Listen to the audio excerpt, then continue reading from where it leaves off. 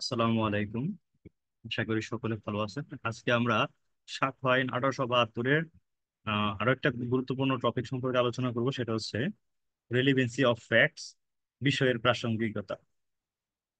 আমরা পুরো আজকের লেকচার হচ্ছে লেকচার 8। আমরা পূর্ববর্তী লেকচারের ডকুমেন্ট সম্পর্কে বিস্তারিত আলোচনা শেষ করেছিলাম। আজকে আমরা দেখবো হচ্ছে প্রাসঙ্গিক বিষয় এর প্রাসঙ্গিকতা সম্পর্কে। হ্যাঁ, মানে বিষয়ের প্রাসঙ্গিকতা সম্পর্কে আজকে আমরা দেখব। তো প্রাসঙ্গিক বা রেলিভেন্ট বিষয় আসলে এটা দিয়ে আসলে কি বোঝায়, এটা যদি বলি, তো সাক্ষ্য আইনের বিষয়ের প্রাসঙ্গিকতা সম্পর্কিত বিধানগুলিতে বর্ণিত কোনো উপায়ে যখন একটি বিষয় অন্য বিষয়ের সাথে সম্পর্কিত, তখন একটি বিষয়কে অন্য বিষয়ের প্রাসঙ্গিক বলে। ধরেন একটা ঘটনা যখন ঘটে তখন কয়েকটা সাবসিকুয়েন্ট কন্ডাক্ট কিন্তু একসাথে হয়। ঠিক আছে, একে মানে ধরেন একটা বাড়িতে চুরি হয়েছে। চোর প্রথমে হচ্ছে শীত কাইটটা ঘরের ভিতরে ঢুকলো, তারপর চুরি করে মালামাল নিয়ে গেল, তারপর স্টলেন প্রপার্টিটা তার কাছে রাখলো। এই যে চুর প্রথমে চুরি শীত কাইটটা ঢুকছে, এটা একটা বিষয়, প্রাসঙ্গিক বিষয় চুরির ক্ষেত্রে। এই যে চুরে মালামাল গুলা যে সরাইছে, এটা আরেকটা প্রাসঙ্গিক বিষয়, এবং এই যে চোরাইকৃত মালগুলা যে তার কাছে রাখছে, এটা কিন্তু আরেকটা প্রাসঙ্গিক বিষয়। এইখানে এই যে চুরি হয়েছে, এই চুরি হওয়ার ক্ষেত্রে বা চুরি হওয়ার সাথে এই বিষয়গুলো হচ্ছে প্রাসঙ্গিক বিষয়। কিন্তু ওই যে ধরেন চুরি করছে আব্দুর রহিম। হ্যাঁ, আব্দুর রহিমের শাশুড়ির নাম হচ্ছে জরিনা। হ্যাঁ, আব্দুর রহিমের শাশুড়ির নাম যে জরিনা, এটা যে এই যে চুরির ঘটনা, এটার সাথে রেলিভেন্ট না বা প্রাসঙ্গিক বিষয় না। প্রাসঙ্গিক বিষয়টা কোনটা? এই যে এই সাবসিকুয়েন্ট কন্ট্রাক্ট যেগুলো করছে, এই এই যে স্টোলেন প্রপার্টিটা তার কাছে রাখছে, এটা হচ্ছে একটা প্রাসঙ্গিক বিষয়। ঠিক আছে। তো সাক্ষ্য আইনে বিষয়ের প্রাসঙ্গিকতা সম্পর্কিত বিধানগুলিতে বর্ণিত কোন উপায়ে যখন একটি বিষয় অন্য বিষয়ের সাথে সম্পর্কিত, তখন একটি বিষয়কে অন্য বিষয়ের প্রাসঙ্গিক বিষয় বলা হয়। সাক্ষ্য আইনের সাক্ষ্য আইনের 5 থেকে 55 ধারা পর্যন্ত বিষয়ের প্রাসঙ্গিকতা নিয়ে আলোচনা করা হয়েছে। কত ধারা পর্যন্ত? 5 থেকে 55 ধারা পর্যন্ত বিষয়ের প্রাসঙ্গিকতা নিয়ে আলোচনা করা হয়েছে। সুতরাং 5 থেকে 55 ধারায় বর্ণিত বিধানবলী অনুসারে কোনো বিষয় প্রাসঙ্গিক হলে শুধুমাত্র সেই বিষয়ে সাক্ষ্য দেওয়া যাবে। 5 থেকে 55 ধারায় বর্ণিত বিধানবলীর অনুসারে কোনো বিষয় প্রাসঙ্গিক হলে শুধুমাত্র সেই বিষয়ে সাক্ষ্য দেওয়া যাবে, অন্য কোনো বিষয়ে এখানে অপ্রাসঙ্গিক বিষয়ে কোনো প্রকারের সাক্ষ্য দেওয়া যাবে না, যেটা 5 থেকে 55 ধারায় বর্ণিত না। একটা উদাহরণ যদি এখানে দেখি, ক খকে ছুরি দিয়ে আঘাত করে। ক খকে ছুরি দিয়ে আঘাত করে গুরুতর জখম করে। ক কি করছে? খকে ছুরি দিয়ে আঘাত করে গুরুতর জখম করছে। ক খকে ছুরি দিয়ে আঘাত করার আগে এবং পরে সে যে কথাগুলা বা কাজগুলা করছে তা গুরুতর জখমের সাথে প্রাসঙ্গিক। মানে ক খকে আঘাত করার আগে তার সাথে যে বাকবিতণ্ডা করছে এবং তাকে যে ধস্তাধস্তি করে ছুরি নিয়ে যে স্টেবিংটা করছে, এই সকল বিষয়ে এই কাজ বা কথাগুলা হচ্ছে কি এই গুরুতর জখমের অপরাধের সাথে প্রাসঙ্গিক বিষয়। যেমন ক এলাকা থেকে পলায়ন করছে, এটা একটা প্রাসঙ্গিক বিষয়। অপরাধ সংগঠনের পর পলাতক হওয়ায় 8 ধারায় প্রাসঙ্গিক। এটা কোন ধারায় প্রাসঙ্গিক? 5 থেকে 55 এর মধ্যে 8 ধারায় এটা প্রাসঙ্গিক। ক এর দেখানো মতে পুলিশ অপরাধের ব্যবহৃত ছুরিটি উদ্ধার করেছে, এটা 27 ধারায় প্রাসঙ্গিক। 27 ধারায় কনফেশনের বলা হয়েছে যে শুধুমাত্র ওই সকল বিষয়গুলো প্রাসঙ্গিক হবে যখন পুলিশের কাছে কোনো একটা কনফেশন করে স্টেটমেন্ট দেয় এবং সেই অনুযায়ী কোনো আলামত উদ্ধার করে, সেটা প্রাসঙ্গিক হবে। তো এই যে ক যে খকে ছুরি দিয়ে আঘাত করছিল, সেই ছুরিটা এমন জায়গায় রাখছে এবং ক এর দেখানো পথে পুলিশ ওই জায়গা থেকে ছুরিটা উদ্ধার করছে, এটা আরেকটা প্রাসঙ্গিক বিষয়। এটা হচ্ছে 27 ধারার মধ্যে আছে, তার মানে 5 থেকে 55 ধারার মধ্যেই 27 ধারা। সুতরাং এটা এই বিষয়ে প্রাসঙ্গিক এবং এই বিষয়ে সাক্ষ্য প্রদান করা যাবে। তো এখন আমরা দেখবো বিচার্য বিষয়, ফ্যাক্টিং ইস্যু। হ্যাঁ, 3 ধারায় যে সংজ্ঞা দেওয়া আছে ফ্যাক্টিং ইস্যু, সেই 3 ধারা অনুসারে ফ্যাক্টিং ইস্যু বলতে কি বোঝায় সেটা আমরা দেখবো। সাক্ষ্য আইনের 3 ধারায় বিচার্য বিষয়ের সংজ্ঞা দেওয়া আছে। সাক্ষ্য আইনের 3 ধারা অনুসারে কোন বিচার্য বিষয় বলতে গণ্য হবে এই দুইটা বিষয়। কোনটা? 1 নাম্বার হচ্ছে এটা অবশ্যই কোনো বিষয় হতে হবে। প্রথমে হচ্ছে কি বিচার্য বিষয়ের আগে অবশ্যই একটা বিষয় হতে হবে, বিষয় না হইলে বিচার্য বিষয় কেমনে হবে? সুতরাং প্রথম শর্ত হচ্ছে এটা আগে একটা বিষয় হতে হবে। এটা এমন বিষয় হতে হবে বা উক্ত বিষয়ের সাথে সংশ্লিষ্ট অন্য কোনো বিষয় হতে হবে যেটা যেটা হতে কোনো মোকদ্দমা বা কার্যধারার দাবিকৃত বা অস্বীকৃত কোনো অধিকার, দায় বা অক্ষমতার অস্তিত্বহীনতা, প্রকৃতি বা পরিমাণ আবশ্যিকভাবে প্রতীয়মান হয়। প্রথমত এটা একটা ঘটনা হতে হবে বা বিষয় হতে হবে। পরবর্তীতে এটা এমন বিষয় হতে হবে যে বিষয়ে কোনো মোকদ্দমা বা কার্য দ্বারা দাবিকৃত বা অস্বীকৃত কোনো অধিকার, দায় এবং অক্ষমতার অস্তিত্বহীনতা, প্রকৃতি বা পরিমাণ আবশ্যিকভাবে প্রতীয়মান হয়, তখন সেটাকে বলবো হচ্ছে বিচার্য বিষয়। তিন ধারা অনুসারে তো প্রত্যেকটি মামলা বা মোকদ্দমায় কতিপয় সুনির্দিষ্ট বিষয় থাকে যে বিষয়ে সিদ্ধান্তের উপর উক্ত মামলা বা মোকদ্দমার রায় নির্ভর করে। এমন বিষয়সমূহ বিচার্য বিষয় নামে পরিচিত। একটা মোকদ্দমায় দেখবেন বা প্রত্যেকটা মামলায় এমন কিছু বিষয় থাকে যে বিষয়ের উপর ভিত্তি করে হচ্ছে মামলার বা মোকদ্দমার রায় দেওয়া হয়, রায় নির্ভর করে।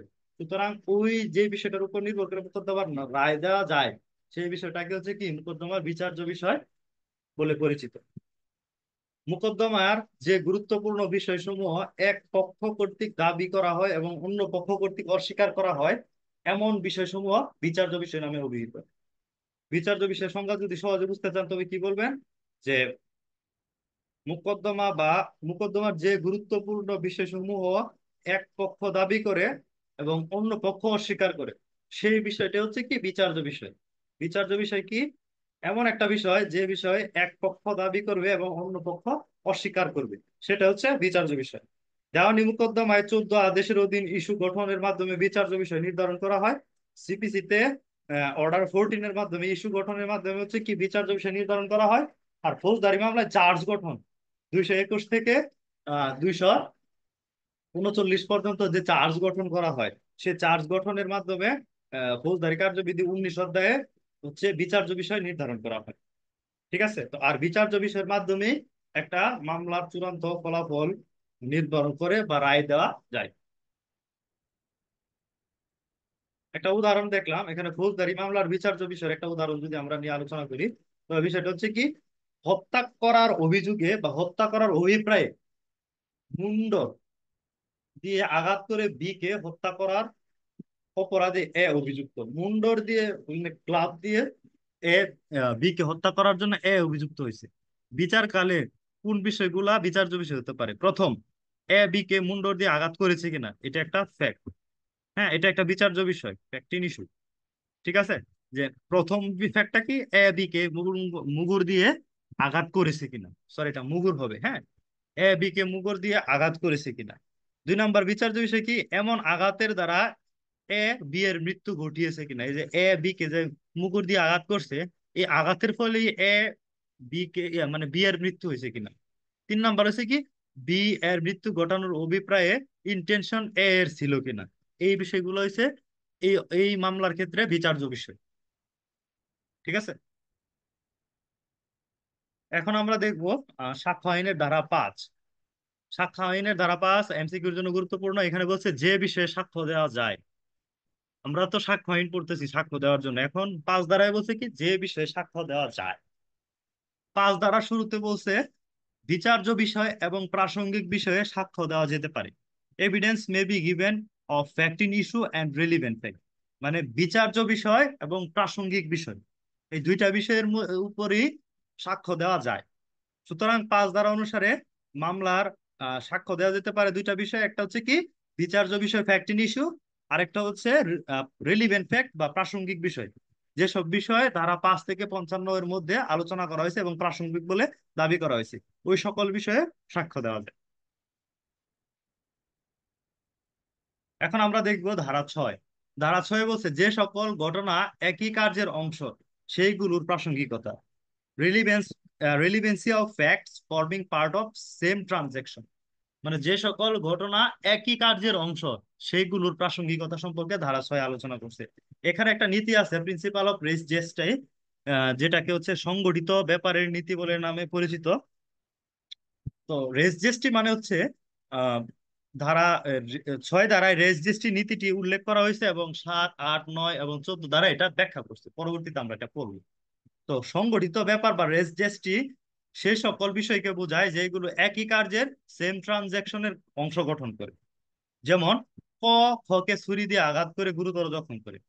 এখানে গুরুতর জখম করা হলো প্রধান কার্য, এবং এই ঘটনার আগে বা পরে ক ও খ যে সকল ঘটনার ব্যক্তিরা সংগঠিত ঘটনাস্থলে উপস্থিত ছিল এবং তারা যে কথা বলছে বা যে কাজগুলা করছে ওই ঘটনাগুলো হচ্ছে ছয় ধারায় প্রাসঙ্গিক বিষয়। যে শুধুমাত্র তো প্রথমে গিয়া ক বি খ কে হচ্ছে ছুরি দিয়ে আঘাত করে নাই, এর আগে পরে যে প্রাসঙ্গিক বা সেম ট্রানজাকশনে ক খ কে আঘাত করার আগে পরে যে ঘটনাগুলো হয়েছে আঘাত রিলেটেড, এই বিষয়গুলো হচ্ছে প্রাসঙ্গিক বিষয়। কোনো ঘটনা যা বিচার্য বিষয় নয় কিন্তু বিচার্য বিষয়ের সাথে, এখানে কিন্তু বিচার্য বিষয় হচ্ছে ক খ কে এ, ছুরিকাঘাত করছে কিনা, বা ক খ কে ক এর আঘাতের ফলে খ গুরুতর আঘাতপ্রাপ্ত হয়েছে কিনা, এগুলো হচ্ছে বিচার্য বিষয়। কিন্তু ধারা ছয়ের বিষয়টা হচ্ছে কি প্রাসঙ্গিক বিষয়। প্রাসঙ্গিক বিষয় মানে হচ্ছে এই বিষয়টা ছাড়া এর সাথে রেলিভেন্ট অন্য বিষয়গুলা এখানে প্রাসঙ্গিক। ঠিক আছে। তো এখানে ছয় ধারার একটা এমসিকিউ আছে খুবই গুরুত্বপূর্ণ।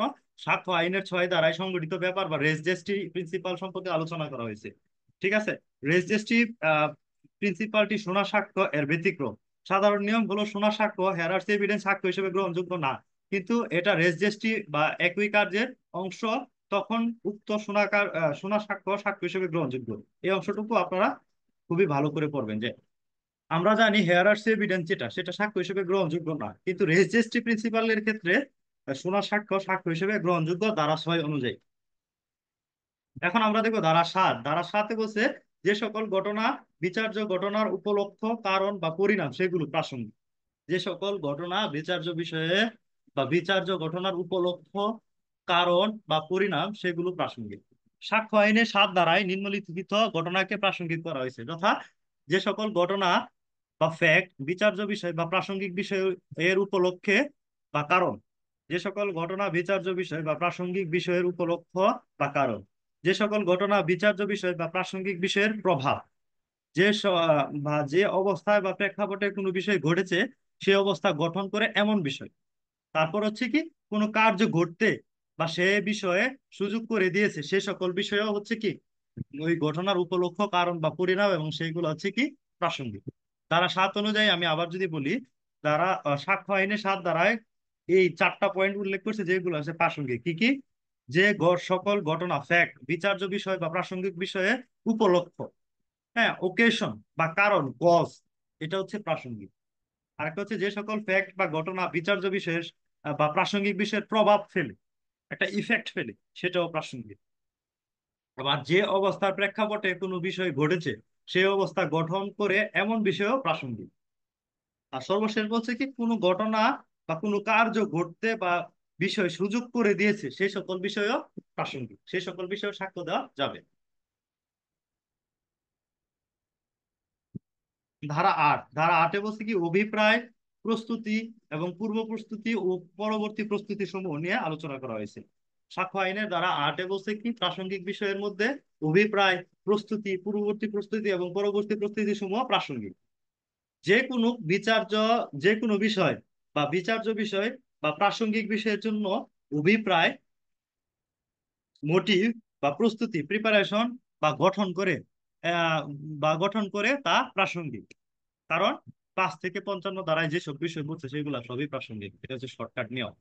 আর ধারা অনুসারে কোনো বিষয় প্রাসঙ্গিক হবে যদি কোনো বিচার্য বিষয় বা প্রাসঙ্গিক বিষয় ঘটনার সংগঠনের অভিপ্রায় প্রকাশ করে বা সৃষ্টি করে, কোনো প্রকারের প্রস্তুতি প্রকাশ করে, তারপর হচ্ছে মোকদ্দমার কোনো পক্ষের পূর্ববর্তী বা পরবর্তী কোনো আচরণ প্রকাশ করে যা মোকদ্দমার বিচার্য বিষয় বা প্রাসঙ্গিক বিষয়কে প্রভাবিত করে বা প্রভাবিত হয়।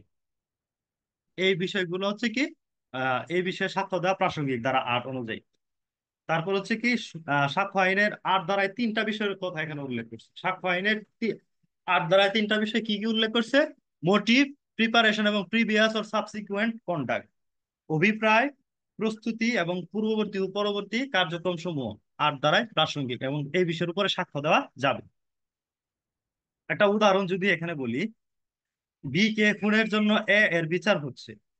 এ সি কে খুন করেছে, বি কে খুনের জন্য এ এর বিচার হচ্ছে। এ সি কেও খুন করেছে, বি জানতো যে এ সি কে খুন করেছে, বি বিষয়টি জনসম্মুখে প্রকাশ করে দিবে এই হুমকি দেয় বি এ এর নিকট হতে টাকা আদায়ের চেষ্টা করেছিল। এ এর নিকট হতে বি কর্তৃক টাকা আদায়ের এই চেষ্টা বি কে খুনের জন্য এ এর বিচার যে প্রাসঙ্গিক হবে, মানে বি কে খুন করার উদ্দেশ্য কি? এই যে টাকা চাইছে এবং বি যে সি কে একে দেখছে সি কে খুন করছে, এই জন্য এর মোটিভটা ছিল কি? বি কে খুন করা। এই যে মোটিভ, এই মোটিভটা এখানে সাক্ষ্য হিসেবে প্রাসঙ্গিক হবে। ঠিক আছে, আশা করি ধারা 8 বুঝতে পারছেন। এখন আমরা আলোচনা করব ধারা 9 সম্পর্কে। ধারা 9 বলছে কি, প্রাসঙ্গিক বিষয় ব্যাখ্যা করার জন্য যে বিষয়গুলো প্রয়োজন, facts necessary to explain or introduce relevant facts. প্রাসঙ্গিক বিষয় ব্যাখ্যা করার জন্য যে বিষয়গুলো প্রয়োজন। এখানে কয়েকটা পয়েন্ট উল্লেখ করা হয়েছে, 4টা পয়েন্ট। যে প্রাসঙ্গিক বিষয় বা বিচার্য বিষয় ব্যাখ্যা বা পরিচিত করার জন্য যে বিষয়গুলো প্রয়োজন সেগুলো 9 ধারায় সাক্ষ্য হিসেবে প্রাসঙ্গিক করা হয়েছে। এটা দেখা গিয়েছিল যে চুরির জন্য অভিযুক্ত এ চুরিকৃত সম্পত্তি বি কে দিয়েছে এবং উক্ত সম্পত্তি বি এ এর স্ত্রীকে দিচ্ছে। যখন বি এটা হস্তান্তর করে তখন বি বলে এ বলেছে তুমি এটা লুকিয়ে রাখো। এখানে চুরির ঘটনা ব্যাখ্যা করার জন্য ব্যাখ্যামূলক বিষয় হিসেবে বি এর বক্তব্যটি প্রাসঙ্গিক। বি এর বক্তব্যটা কি? যে বি এ এর বউকে বলছে যে তুমি এই বিষয়গুলা লুকিয়ে রাখতা, চুরিকৃত স্টোলেন প্রপার্টিটা লুকিয়ে রাখতা। সুতরাং এই যে এখানে এই ব্যাখ্যামূলক চুরির ঘটনাটা ব্যাখ্যা করার জন্য ব্যাখ্যামূলক বিষয় হিসেবে বি এর বক্তব্যটি এখানে প্রাসঙ্গিক হবে। তারপর হচ্ছে বিচার্য বিষয় বা প্রাসঙ্গিক বিষয়, যে যে অনুমান প্রদান করে তা যে সকল ঘটনা সমর্থন করে বা খণ্ডন করে সেই সকল ঘটনা প্রাসঙ্গিক। বিচার্য বিষয় বা প্রাসঙ্গিক বিষয় যে অনুমান প্রদান করে তা যে সকল ঘটনা সমর্থন করে বা খণ্ডন করে সেই সকল ঘটনা প্রাসঙ্গিক। যে সকল ঘটনা কোনো ব্যক্তি বা বস্তুর পরিচয় শনাক্ত করে, যে সকল ঘটনা কোনো ব্যক্তি বা বস্তুর পরিচয় শনাক্ত করে, যে এই রিলিভেন্ট ফ্যাক্টর ক্ষেত্রে তার অবস্থান কি, এই ব্যক্তিটা কে, তার পরিচয় শনাক্ত করে, সেটা 9 ধারা অনুযায়ী প্রাসঙ্গিক। তারপর প্রাসঙ্গিক ঘটনা যে সকল স্থানে বা সময়ে সংঘটিত হয়েছে, সেই সকল স্থান বা সময় যে সকল ঘটনা নির্ধারণ করে তাও প্রাসঙ্গিক।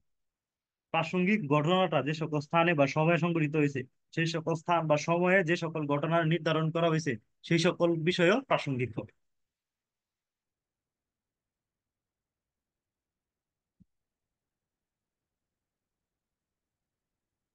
তারপর 10 ধারায় বলছে কি, লক্ষ্য অভিন্ন অভিপ্রায়ের লক্ষ্যে ষড়যন্ত্রকারী দ্বারা কোনো কাজ করা বা বলা। যখন দুই বা ততোধিক ব্যক্তি কোনো অপরাধ সংগঠনের জন্য ষড়যন্ত্র করে এবং সেই অভিন্ন অভিপ্রায়ের লক্ষ্যে ষড়যন্ত্রকারীদের দ্বারা কোনো কিছু করা হয় বা বলা হয় বা লেখা হয়, সেগুলো ষড়যন্ত্র এবং অভিন্ন অভিপ্রায় প্রমাণের জন্য প্রাসঙ্গিক হবে। এই যে সকলের অভিন্ন অভিপ্রায় ছিল, এই বিষয়গুলা যখন দুই বা ততোধিক ব্যক্তি মিলে করবে তখন অভিন্ন অভিপ্রায় প্রমাণের জন্য তাদের এই ষড়যন্ত্রকৃত কোনো কিছু বক্তব্য বা লেখা বা কোনো কাজ, সেটা অভিন্ন অভিপ্রায়ের জন্য প্রমাণের জন্য প্রাসঙ্গিক হবে। ষড়যন্ত্রের মামলায় সাধারণ অভিপ্রায় প্রমাণ করতে সাক্ষ্যের গ্রহণযোগ্যতা নিয়ে 10 ধারায় আলোচনা করা হয়েছে এবং সাক্ষ্য আইনের 10 ধারায় দণ্ডবিধির 120 এর ক ধারার সাথে একত্রে অধ্যয়ন করতে হবে। এটা খুবই গুরুত্বপূর্ণ ধারা 11। এটা হচ্ছে প্লি অফ এলইবি, মানে অনুপস্থিততার। যে ব্যক্তি দাবি করবে যে যখন একটা অপরাধ ঘটনা সংঘটিত হয়েছে তখন সে এই জায়গায় ছিল না, এটা তারই প্রমাণ করতে হবে। হ্যাঁ, একটাকে বলে হচ্ছে প্লি অফ এলআইবি, মানে অন্যত্র থাকার অজুহাত যখন প্রাসঙ্গিক। এটা খুবই গুরুত্বপূর্ণ এমসিকিউর জন্য, যে সাক্ষ্য আইনের 11 ধারায় অন্যত্র থাকার অজুহাত বা প্লি অফ এলইবি কে প্রাসঙ্গিক করা হয়েছে। এলইবি অর্থ হলো অন্যত্র বা এলসওয়্যার। যে ঘটনার জন্য কোনো ব্যক্তিকে অভিযুক্ত করা হয়েছে ঘটনার সময় সে অন্যত্র ছিল বলে দাবি করে, তাহলে অন্যত্র থাকার অজুহাত বা প্লি অফ এলআইবি তারই প্রমাণ করতে হবে। সাক্ষ্য আইনের 103 ধারা অনুযায়ী অন্যত্র থাকার অজুহাত বা প্লি অফ এলআইবি প্রমাণের ভার হচ্ছে অভিযুক্ত ব্যক্তির উপর বর্তায়। হ্যাঁ, যে দাবি করে যে আমি এই জায়গায় ছিলাম না, অন্য জায়গায় ছিলাম, যে দাবি করবে তার উপরই বর্তাবে। ঠিক আছে, তো এই ঘটনাটা হচ্ছে কি প্রাসঙ্গিক। যে প্লি অফ এলআইবি দাবি করবে সেটা হচ্ছে একটা প্রাসঙ্গিক বিষয় এবং প্রাসঙ্গিক বিষয়ে সাক্ষ্য দেওয়া যায়। তো আজকের আলোচনা এতটুকু। আজকে আমরা আলোচনা করলাম সাক্ষ্য আইনের 5 থেকে 11 ধারা পর্যন্ত, যেখানে ছিল বিষয়ের প্রাসঙ্গিকতা সমূহ নিয়ে। পরবর্তী লেকচার গুলোতে আমরা আলোচনা করবো অ্যাডমিশন এবং প্রফেশন ইত্যাদি বিষয় করবো। সে পর্যন্ত ভালো থাকবেন, ধন্যবাদ সবাইকে।